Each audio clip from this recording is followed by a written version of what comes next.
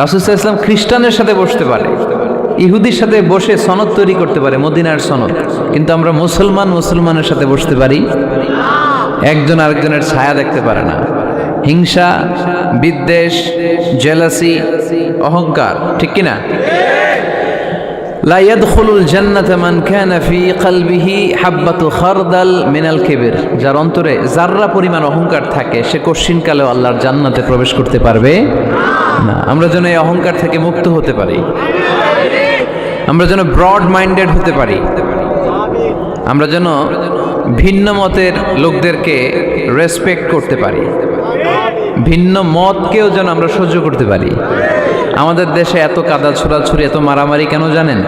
আমরা ভিন্ন মতকে দমন করতে চাই, ভিন্ন মতকে আমরা স্পেস দিতে চাই না, ফলেই এত ঠেলাঠেলি। এজন্য মতামত বিভিন্ন থাকবে। This is the beauty of Islam, unity in diversity, unity in diversity. ঐক্য হবে, বৈচিত্র্যের মাঝে আমাদেরকে ঐক্য খুঁজতে হবে।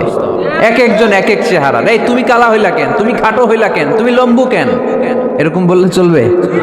এই মেয়ে তুমি বিএনপি করো কেন, তুমি জামাত ইসলাম করো কেন, সব আমলিগ হয়ে যাও, বলা যাবে? তুমি এই পীর সাহেবের মুরিদ কেন, আমি যে পীর সাহেবের মুরিদ হইছি ওইখানে আসো না কেন, বলা যাবে না। Unity in diversity. রাসূল সাল্লাল্লাহু আলাইহি ওয়াসাল্লাম ইহুদিদেরকে স্পেস দিয়েছেন, খ্রিস্টানদেরকে স্পেস দিয়েছেন।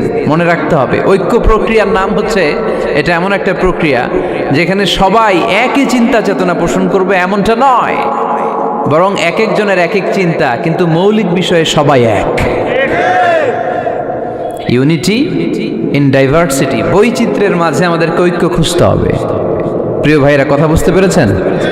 আপনারা কি জানেন যে আমরা ইবাদত করি মসজিদে, খ্রিস্টানরা ইবাদত করে কোথায়? গির্জায়, তাই না? গির্জাকে ইংরেজিতে কি বলে জানেন? চার্চ বলে। তো ইউরোপে এবং আমেরিকাতে যে গির্জাগুলো আছে, এই গির্জাগুলো তারা বিক্রি করতে শুরু করে দিয়েছে। এর কারণ খ্রিস্টানরা তাদের গির্জাগুলোতে ইবাদত করতে যায় না। আমরা তো নামাজ 3 ওয়াক্ত পড়ি, 2 ওয়াক্ত বা 5 ওয়াক্ত, 7 দিনে তো একবার হাজিরা দিতে যাই, ঠিক কিনা? তো ওদের এমন দশা আছে, ওদের গির্জাগুলোতে 1 মাসও যায় না, 6 মাসও একবার যায় না। তো এই গির্জা রাইখা লাভ আছে? লাভ নাই।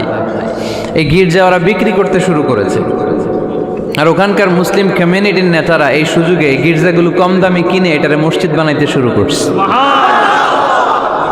ইউরোপ আমেরিকাতে আলহামদুলিল্লাহ, আপনারা শুনে খুশি হবেন, ওরা ইসলামিক সেন্টার বলে এগুলোকে। কি বলে? Islamic centre.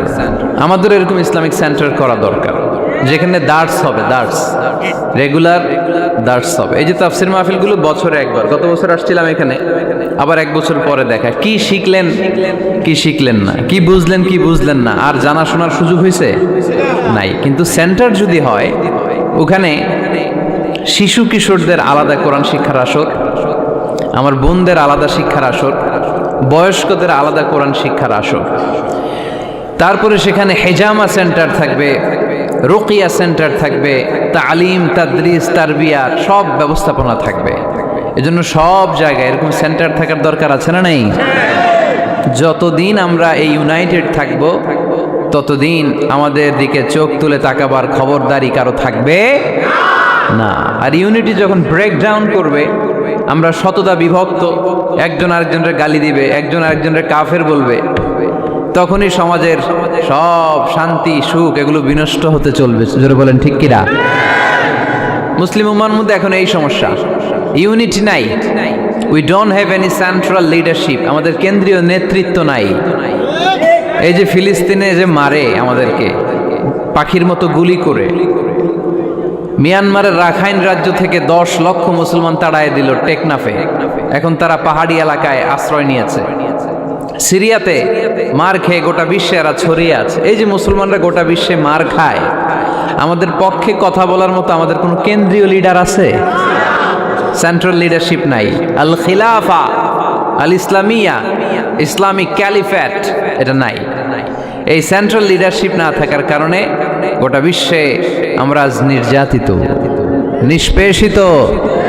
আমাদের কোনো মা বাপ নাই। জোরে কোন ঠিক কিনা? এদিকে লাথি মারলে ওইদিকে যাই, ওদিকে লাথি মারলে এদিকে আসি। আমাদের পক্ষ নিয়ে, আমাদের স্বার্থ নিয়ে যে কথা বলবে, জাতিসংঘে হুঙ্কার তুলবে, ওআইসি থেকে ঘোষণা আসবে, ওরকম একটা নেতাও আমাদের নাই। জোরে বলেন ঠিক কিনা?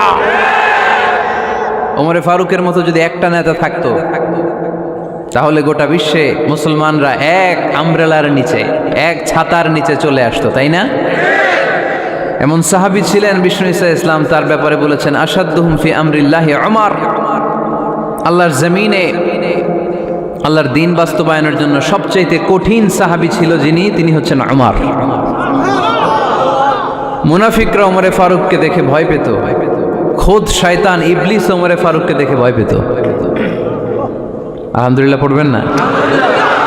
বিষ্ণু ঈসা ইসলাম বলতেন, ওমর তুমি যদি এই রাস্তা দিয়ে হাঁটো আর শয়তান তোমারে দেখে, তাহলে শয়তান এই রাস্তা রেখে দিয়ে অন্য রাস্তা দিয়ে হাঁটে। লা নবিয়্যা বা'দি ওয়ালা রাসূলা। আল্লাহ রাসূল বললেন, আমার পরে কোনো নবীও নাই, রাসূলও নাই, তবে আমার পরে কেউ যদি নবী হতো, ওমর নবী হয়ে যেত। এরকম একজন ওমরের আমাদের দরকার। এরকম একজন ওমরের অপেক্ষায় আমরা। একজন হলেই চলবে। কয়জন লাগবে? যুগ জামানা পাল্টে দিতে চাই না অনেক জন, এক মানুষই আনতে পারে জাতির জাগরণ। এক মানুষই বিপদকালে বাঁচায় কাফেলায়, ক্ষুদ্র ডিঙ্গি বাঁচায় জাহাজ অসীম দরিয়ায়। কয়জন ওমর দরকার? আমরা সেই ওমরের জন্য অপেক্ষা করছি, যার নেতৃত্বে, যেই আল ইমাম আল মাহদি, যার নেতৃত্বে গোটা বিশ্বে শান্তি, সভ্যতা, ভদ্রতা আবার প্রতিষ্ঠিত হবে। এক ছাতার নিচে মুসলমানেরা থাকবে। কেউ কারো ব্যাপারে হৃদয়ে কোনো বিদ্বেষ রাখবে, ঘৃণা রাখবে, কেউ কাউকে গালি দিবে না। এই সুসম্পর্ক, এই ঐক্যের জন্যই ইসলাম একসাথে উদখুলু ফিস সিলমি কাফা, পরিপূর্ণভাবে সবাই মিলে ইসলামের রশিকে আঁকড়ে ধরো, তাহলেই বরকত দিবে কে? ওমরে ফারুক বলতেন, নাহনু কওমুন আ'আজ্জানাল্লাহু বিল ইসলাম। আমরা তো এমন জাতি যে জাতিকে আল্লাহ তাআলা ইসলাম দিয়ে সম্মানিত করেছে। আমাদের সম্মান ইসলামে, এখন ইসলাম রেখে দিয়ে অন্য জায়গায় সম্মান খুঁজি, এজন্যই লাথি খাই, এজন্যই অপমানিত, এজন্যই নেতৃত্ব শূন্য। জোরে বলেন ঠিক কিনা? গোড়ার দিকে যদি না যাই, মূলের দিকে যদি ফিরে না আসে, আমাদেরকে গালি দেয় মৌলবাদ। মৌলবাদ মানে হচ্ছে যে মূলের দিকে ফিরে আসে, return back to the root. শিখর থেকে, শেকড় থেকে শিখরে, শিখরে যেতে হলে আগে শেকড়ে যেতে হবে। জোরে বলেন ঠিক কিনা? এজন্য ঐক্যের কোনো বিকল্প নাই। আমি আমার আলোচনার শুরুতেই এই মেসেজটা আপনাদের কাছে ড্রপ করতে চাই যে আসুন আমরা কাদা ছোড়াছুড়ি ছেড়ে দেই, হিংসা বিদ্বেষ ভুলে যাই, হৃদয়টারে সবার জন্য উজাড় করে দেই। মুমিনদের হৃদয়ে থাকবে সবার জন্য ভালোবাসা। কি থাকবে? আল্লাহ রাসূল সাল্লাল্লাহু আলাইহি ওয়াসাল্লাম মক্কা থেকে যখন মদিনাতে গেলেন, তিনি দেখলেন দলে দলে লোকজন কালিমা পড়ে মুসলমান হচ্ছে, বড় একটা মুসলিম কমিউনিটি গড়ে উঠল। আল্লাহ রাসূল সাল্লাল্লাহু আলাইহি ওয়াসাল্লাম খেয়াল করে দেখলেন ওখানে শুধু মুসলিম কমিউনিটি নয়, ওখানে জিউস কমিউনিটি আছে, মানে ইহুদি কমিউনিটি। মদিনাতে ইহুদিরাও থাকতো। আবার খেয়াল করে দেখলেন আশেপাশে খ্রিস্টান কমিউনিটিও আছে। তাহলে মোট কয়টা কমিউনিটি হইল? রাসূল সাল্লাল্লাহু আলাইহি ওয়াসাল্লাম এই তিন দলকে নিয়ে একটা চার্টার করলেন, চার্টার। ইতিহাসে এটা মদিনা চার্টার নামে পরিচিত, মদিনা সনদ। সুবহানাল্লাহ পড়েন। তিন ধর্মের লোক, তিন জাতি একসাথে থাকে, আর আমরা এক বাঙালি এক দেশে থাকতে পারি না। এক দল আরেক দলরে বলে তুমি ভারতপন্থী, ওই দল আরেক দলরে বলে তুমি পাকিস্তানপন্থী। বাংলাদেশপন্থী কেউ হতে চায় না। আমরা কোন পন্থী? জোরে বলতে হবে। দেশের স্বার্থটারে সামনে নিয়ে আসতে হবে। তো সম্মানিত সুধী, রাসূল সাল্লাল্লাহু আলাইহি ওয়াসাল্লাম ইহুদিদের সাথে বসেছেন। মদিনা চার্টারে যদি তিন ধর্মের লোক থাকে, মানে Muslim community, Jews community and the Christian community যদি থাকে, তার মানে এই মদিনা সনদের মধ্যে স্বাক্ষর করেছিল তিন কমিউনিটির নেতারা। ইহুদিরাও ছিল, খ্রিস্টানরাও ছিল। তো আল্লাহ রাসূল সাল্লাল্লাহু আলাইহি ওয়াসাল্লাম ইহুদিদের সাথে বসেছেন, চুক্তি করেছেন 10 বছরের লম্বা সময়ের। খ্রিস্টানদের সাথে চুক্তি করেছেন। আপনারা কি ঐক্যের পক্ষে না বিপক্ষে? আমরা যেন ঐক্যবদ্ধ হতে পারি, আল্লাহ তুমি তৌফিক দান করো।